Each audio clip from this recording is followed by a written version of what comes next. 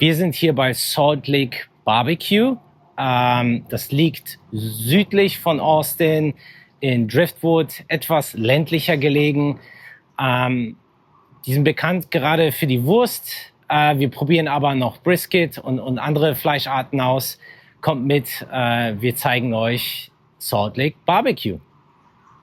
Wie ihr sehen könnt, wird bei Salt Lake das Barbecue auf traditionelle Weise gemacht. Das heißt nicht, was man meistens beim Barbecue heutzutage sieht, im Smoker, sondern hier wird das wirklich auf offener Flamme gemacht.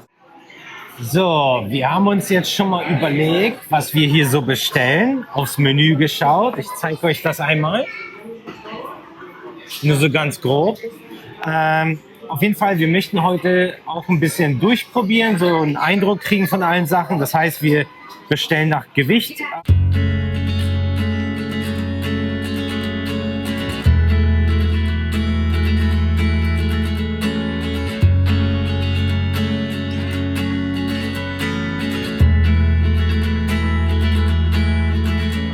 So, da haben wir unser Essen bekommen und unsere Getränke. Sweet Tea, erstmal einen Schluck. Oh ja, der ist gut. Man schmeckt den Tee, man schmeckt den Rohrzucker, so muss das sein. Und auf geht's zum Essen. Also, zu den Sides. Wir haben einmal Mac and Cheese hier für die Lady. Die mag das sehr gerne. Coleslaw gehört sich traditionell. Hier sind nochmal Potatoes, sehr cool. Und davon bin ich selber ein großer Fan von den Beans. Gerade bei Salt Lake sind die ziemlich gut. Und beim Fleisch, wie gesagt, Brisket, Sausage und natürlich die Ribs. Und da fangen wir mal an. Nehmen wir einmal schnell die Gabel dafür.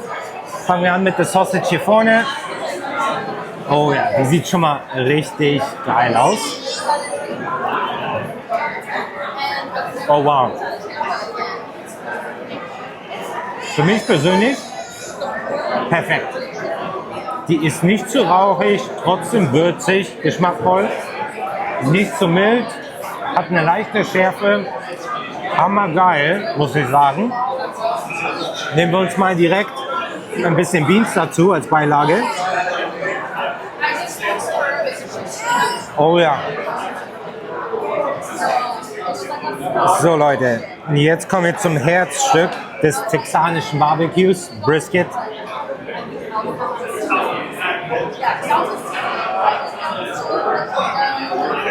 Brisket ist auf jeden Fall nicht so gut, muss ich echt sagen. Das ist ziemlich trocken für ein Brisket. Kann auch daran liegen, dass das auf einem offenen Feuer gemacht wird. Das heißt Brisket, die anderen Barbecues, die ihr teilweise auch noch zu sehen kriegt, sind auf jeden Fall deutlich besser. Da sind die nicht so stark unterwegs. Nehmen wir direkt mal ein Stück Rippchen, um das auch vergleichen zu können.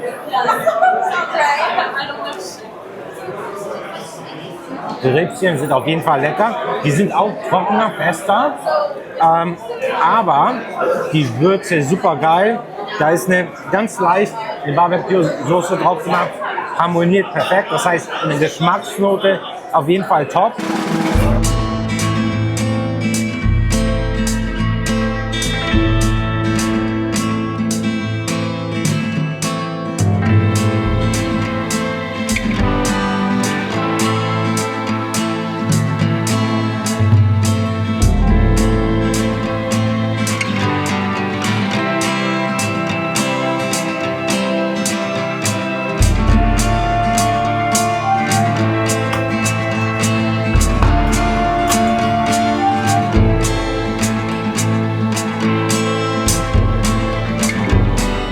So, einmal das Fazit für Salt Lake Barbecue. Das war auf jeden Fall ein Erlebnis wert. Super coole Atmosphäre. Das ist echt eine größere Anlage. Man kann drin sitzen, man kann draußen sitzen. Draußen gab es sogar Live-Musik. Das Ganze ist schön beleuchtet. Das heißt, zum Abend hin wird das echt hier gemütlich. Also auf jeden Fall zu empfehlen. Ist es ein Stück raus aus Austin. Man muss ein bisschen fahren, aber es ist auf jeden Fall wert den Ausflug. Zum Essen allgemein. Ribs als auch Brisket waren nicht das Beste. Bisschen trocken. Das liegt wahrscheinlich daran, dass die halt keinen Smoker benutzen. Die Wurst ist erste Klasse. Also die ist hammergut. Die ist würzig, aber auch nicht zu würzig. Die ist nicht zu rauchig, aber trotzdem hat diesen Geschmack vom Feuer. Super gut. Auch die ganzen Beilagen sind wirklich top, muss man sagen. Also echt hammergut bei Salt Lake. Egal ob die Mashed Potatoes, Beans, Coleslaw oder das Brot. Sehr gut. Das Sweet Tea war authentisch. Also auf jeden Fall ein cooles Erlebnis. Beim Fleisch muss man halt selektiv sein, was man bestellt. Bei der Wurst kann man echt nichts falsch machen. Ich bin gespannt, wie die Sandwiches hier sind. Das heißt, es gibt verschiedene Variationen mit Pulled Pork, mit Wurst. Das wäre vielleicht sogar noch so eine Alternative, dass man sich ein Sandwich nimmt und dazu die paar Sides. Aber trotzdem, auch wenn das Brisket und die Ribs jetzt nicht so wirklich top sind, der Rest ist auf jeden Fall empfehlenswert. Es ist wirklich ein netter Ausflug und hat sich auf jeden Fall gelohnt. Also ich hoffe, euch hat es auch gefallen. Ziemlich cool. Wir haben hier auf dem Gelände einen alten Ford-Traktor stehen. Der ist natürlich in ziemlich miesen Zustand, ist eher so als Deko angedacht. Aber echt cool, also zu sehen sowas.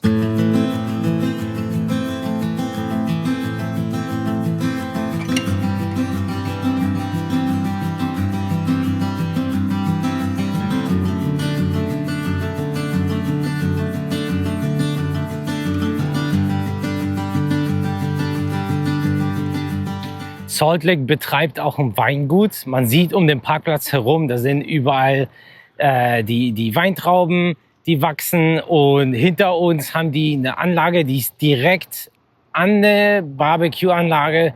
Das ist sozusagen deren Weingut-Besucheranlage. Da kann man sich auch treffen und Wein trinken und natürlich auch das Essen genießen. Aber die haben im Endeffekt 2 Betriebe hier laufen. Auch für die ganzen Hubraum-Hater hier, es gibt natürlich eine Möglichkeit, den Toaster hier zu laden. So, wir sind angekommen. Das ist unsere Ausbeute von AutoZone. Wir haben 3 Dosen Kühlmittel.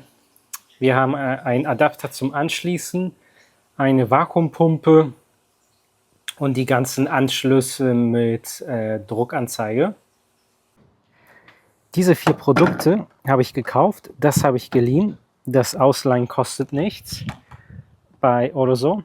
Also man zahlt den vollen Produktpreis, man kann die Geräte auch kaufen. Aber ich habe jetzt 90 Tage Zeit, die zu verwenden. Und wenn ich die innerhalb von 90 Tagen zurückgebe, bekomme ich den vollen Warenwert erstattet. Die sind auch jetzt gebraucht, also man kann die auch neu kaufen. Das ist extra ein, sagen wir mal, Leihgerät. Wir bauen jetzt mal diese Einheit zusammen.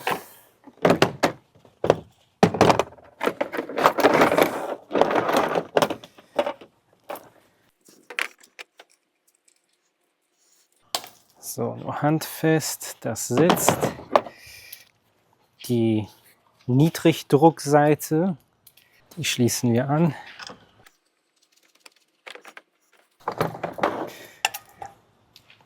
Hier ist so der Schnellverschluss.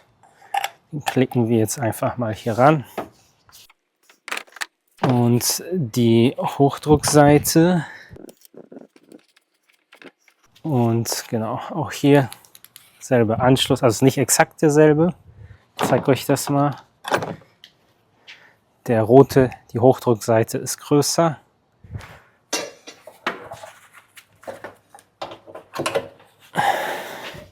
Hier haben wir den Kompressor mit Kompressoröl. Der ist nur da, um Vakuum zu machen. Der ist auch speziell jetzt für die Systeme gebaut. Kann man sicher für was anderes auch nutzen. Eigentlich nur eine Vakuumpumpe. Schau mal, wo man hier den Ölstand ablesen kann. Ach, das macht man hier. Der ist zu niedrig. Ich stelle es mal einmal auf den Boden. Ich fülle nach.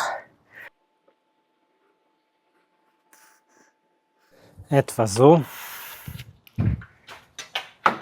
Ich schließe ihn mal an Strom an. Wir haben die gelbe Leitung, die Unterdruckleitung an den Kompressor angeschlossen. Jetzt müssen wir die Niedrigdruckleitung und die Hochdruckleitung an das Klimasystem anschließen. Und da suchen wir einmal die die Anschlüsse. Hier ist einmal ein Anschluss. Das ist der direkt hier aus dem Kühler kommt. Und der zweite Anschluss, der ist hier. Hier ist der Hochdruckanschluss direkt am Kompressor. Wir schrauben einmal hier die Kappe ab der Niedrigdruckleitung. Schauen wir uns nochmal an. Sieht sauber aus, das passt. Dann schnappen wir uns den Anschluss und setzen das hier einmal rauf. Nein, das hat nicht geklappt. Jetzt sitzt das. Dann nehmen wir uns den Anschluss für die Hochdruckseite. Die Kappe ist da jetzt auch ab. Die war ein bisschen festgegammelt. Weil hier dreht man diesen Pin rein, der da das Ventil öffnet. Also nach links ist zu. Gut zu wissen. In diesem Fall zum Glück egal, weil das System sowieso leer ist. So, wir drücken das hier rauf. Genau, hier ist die Anzeige. Ich stelle jetzt den Kompressor an. Und bevor ich das mache, öffne ich hier beide Ventile. Und wir müssen hier auf minus 30 PSI kommen. Das ist etwa 1 Bar. So, wir stehen auf minus 30. Das ging schnell. Ich mache hier die Ventile wieder zu. Und jetzt heißt es abwarten. Also wir warten jetzt so eine Dreiviertelstunde, vielleicht auch länger. Schauen wir mal, wie die Pläne für den Tag sind. Und schauen, ob der Druck gehalten wird. Wenn er gehalten wird, ist alles gut. Wenn das nicht gehalten wird, müssen wir schauen, wo wir unser Leck haben. Jo, wie blöd kann man denn eigentlich sein? Ich habe die da ja gar nicht aufgemacht. Das heißt, wir haben jetzt nur Unterdruck in den Schläuchen. Wir sind Experten auf YouTube-Niveau. So, ich öffne die jetzt mal.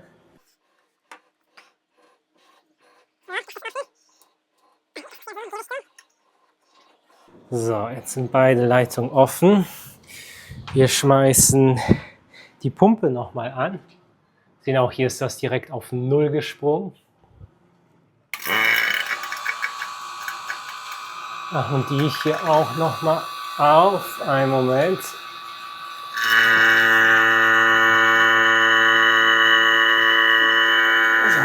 So, wir haben die minus 1 Bar oder 30 PSI erreicht. Ich drehe das jetzt hier zu. So, machen den Kompressor aus. Und jetzt warten wir eine Stunde und schauen, ob wir Druck verlieren oder nicht. So, Nacht- und Nebelaktion. Der Druck, der wird gehalten. Wir haben das über eine Stunde so gelassen, da hat sich nichts bewegt.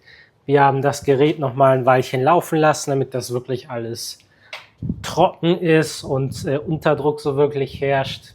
Dann Kompressor ab.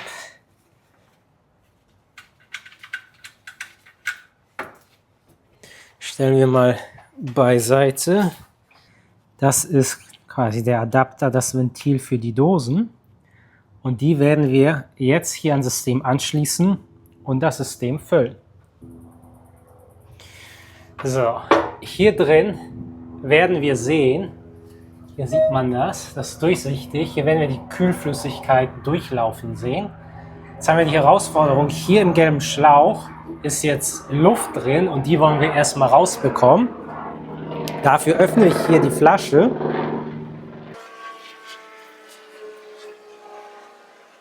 Ja, die ist jetzt offen. Ich nehme ein Werkzeug und entlüfte hier einmal. Schließe das mal eben wieder. Und jetzt müssen wir den Wagen starten, weil befüllen tut man immer bei laufendem Motor. Der Kompressor muss anspringen. Der wird erstmal nicht anspringen, weil da kein Druck drauf ist. Aber wir müssen vorsichtig Druck drauf machen und das langsam befüllen. Hier haben wir die Niedrigdruckseite quasi vorm Kompressor und hier nach dem Kompressor. Hier gehören etwa 28 Unzen rein. Wir können das jetzt hier schlecht messen und wiegen, weil wir nicht das richtige Werkzeug für haben. Deshalb orientieren wir uns an dem Zieldruck. Wir haben etwa 30 Grad Celsius. Ist übrigens 9:15. Und wir brauchen auf der niedrigen Seite 45 bis 55 PSI Druck und auf der Hochdruckseite 225 bis 250. Also wir starten jetzt das Auto, stellen die Klimaanlage an. Der Kompressor wird nicht anspringen, weil kein Druck ist, aber sobald genug Druck ist, wird er anspringen. Hoffen wir mal. Und wir befüllen das System. So, ich mache dann noch eben die Klimaanlage an und dann öffnen wir die Ventile zum Befüllen.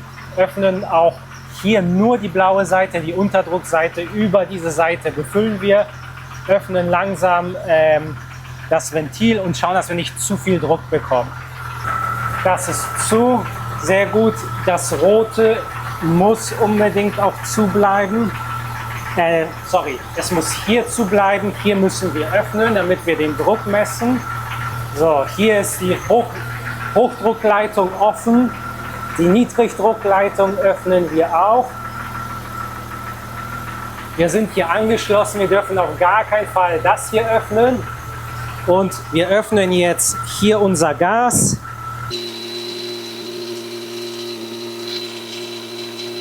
Das lege ich mal hin. Das werden wir eventuell so ein bisschen rumwackeln müssen. Und ich öffne hier langsam und vorsichtig die Niedrigdruckseite. Und wir lassen das Gas, Kühlmittel einfließen. Man sieht das auch hier im Fenster.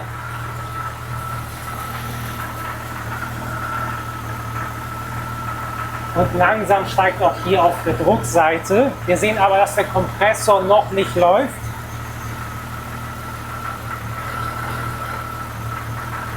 Aufpassen, dass wir nicht zu viel Druck reinmachen. Schließt das langsam vorsichtig. Oh, der Kompressor ist kurz angesprungen. Wir geben ihm noch mal ein bisschen mehr Kühlmittel rein.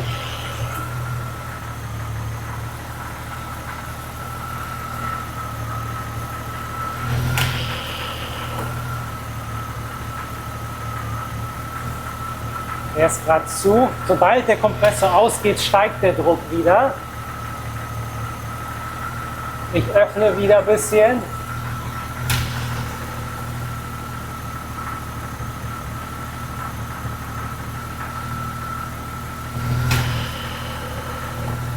Denn unser Zieldruck, der ist nicht im Stillstand gemessen, sondern bei laufendem Kompressor.